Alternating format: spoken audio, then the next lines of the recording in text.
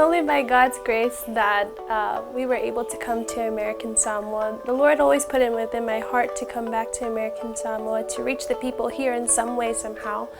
But of course, in our A.M.E.N team, it's always based on only if American Samoa would call us, that's when we would come. I didn't want to force the issue or make it like A.M.E.N needed to come to American Samoa. It's only if God called us. And so the call was made earlier this year, and I was able to talk to my boss, our executive director, A.M.E.N, and presented the idea. And at first he said no, but of course, by God's grace, I waited and prayed on if God really wanted us to go, he would say yes. And eventually he did say yes. And this is where we ended up, and we came to American Samoa this year.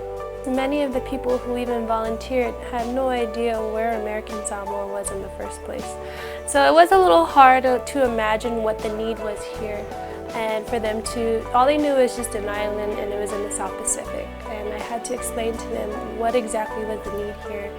But in the end, they really enjoyed it, and they want to come back, and we want to come back too. I mean, there were a lot of obstacles in the planning process as well. I mean, when we started, we had no idea where we would start. We weren't sure how the support would be here in American Samoa, but little by little, one by one, God opened the doors for our American Samoa Seventh-day Adventist District to pull forward, and also for the different organizations that we work with to pull forward. Everything just opened the doors where funding started coming in, even though there was no funding to begin with. We didn't know how we would get the equipment here, and Hawaiian Airlines opened up the way by God's grace for us to come and bring the equipment for free. And so it was truly a blessing and a miracle, and that's the only way that this happened in American Samoa.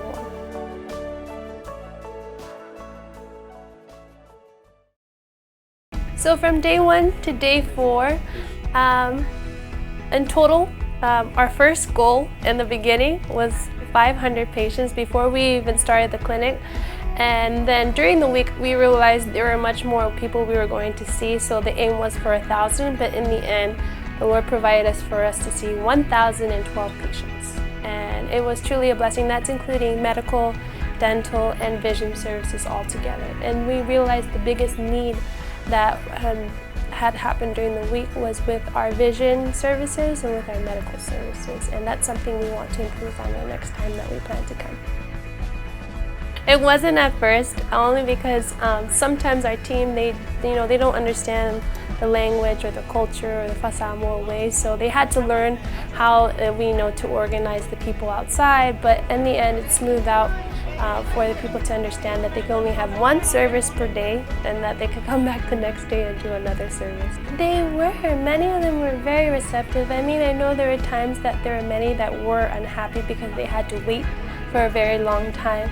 But we did our best by God's grace to show them that it takes a while, but in the end it's really worth it because it's free. So there are about 35, including our advanced team and our volunteers that come together.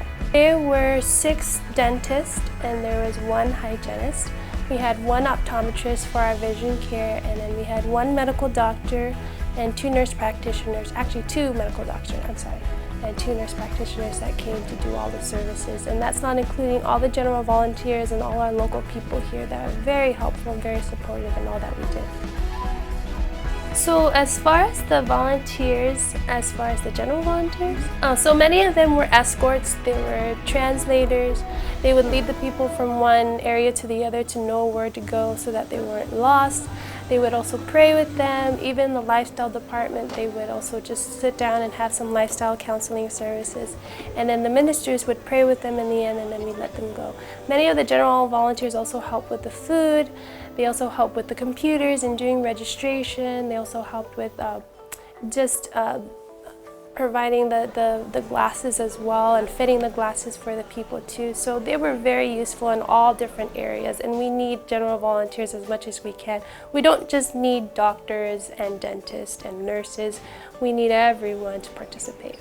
There were some who actually were not church members, that were not Seventh-day Adventists, and they were some of the sweetest people that they want to participate again in the next time, and they're really curious as to what we do as far as Seventh-day Adventists. And they were such nice people. I can't wait to have them again. What I think the goal was for this to be not just a physical service for their medical services that we wanted to provide, but we wanted to make sure that this was spiritually successful as well.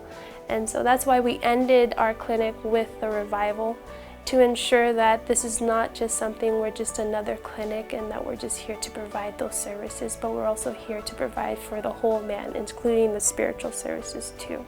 So I think first and foremost, I just want to thank the Lord for all that He has done, and He be glorified above all else. And then I pray that the many lives that were touched, that they did know Jesus in the end. If not, then we have another chance by God's grace to reach these people, and I think that's where the responsibility lies with our people here in our American Samoa Seventh-day Adventist District, that now these people have been touched physically, but now they're waiting on spiritually. They may not say it outright, but I know deep in the hearts of people that all they long for is for Jesus. So we had Taj Club from the Revelation of Hope Ministries. He actually came out of Hawaii to speak for this revival, and truly it was a blessing. He preached his heart out, and I know that he would love to work with the people of Samoa again, because it was actually Samoans that first led him by God's grace to the Lord. And I know that he loves the people of Samoa and wants to reach out to them again. I think first and foremost, I just want to thank our Adventist district and also Pastor Willie Solofo for such a big amount of support that he had provided. And I just also want to thank the churches that had took their time out, our Leone, our Maranatha, our Yakina, and whatever other churches that in Satala that took the time to feed our volunteers, to shower them with love. And I pray that the rest of our churches too, however way that they helped, I want to thank them too. If I missed any of them, forgive me. But I also just want to thank all of our government agencies, the Department of Health, the LBJ Hospital. They played a real big key too, and providing other dentists to come and to participate too. We couldn't have done it without them, and they also provide supplies, not just for our dental area, but even for the nursing area too. And so all of that came together, and I just pray in the future that the Department of Health and LBJ Hospital will be able to work more together. I also want to thank the Special Olympics, and there's a whole big list of people that have sponsored as well. So the government was very large a part of it, especially with the Department of Health. They were the ones that we started to work with when we were planning the process. I do have to admit that sometimes the licensing was an issue too as well for our doctors and dentists to get it in. In the end, the Lord really softened their hearts to be supportive, and even in the end, the governor himself had thanked the team for coming and is in full support of what future plans that we have for American Samoa. We cannot call you by individual names, but God knows that we are very appreciative of what you have done for our people. First, I just want to thank God for our people and the hospitality that you all had. The team was very overwhelmed with all the love that they received, and they said even before they left, they've never experienced a mission trip like this where the people were just so loving and so hospitable and so thankful for what they had received. And I just want to thank all the people here, from the governor to our government, and also to our American Samoa Seventh-day Adventist district leaders, the ministers, all the media teams that were able to support, and even all the planning committees. We couldn't have done it without you. I find it that it was a privilege, and that, you know, just here for the ride and for the Lord leading the way, it's exciting. And so thank you so much for the opportunity.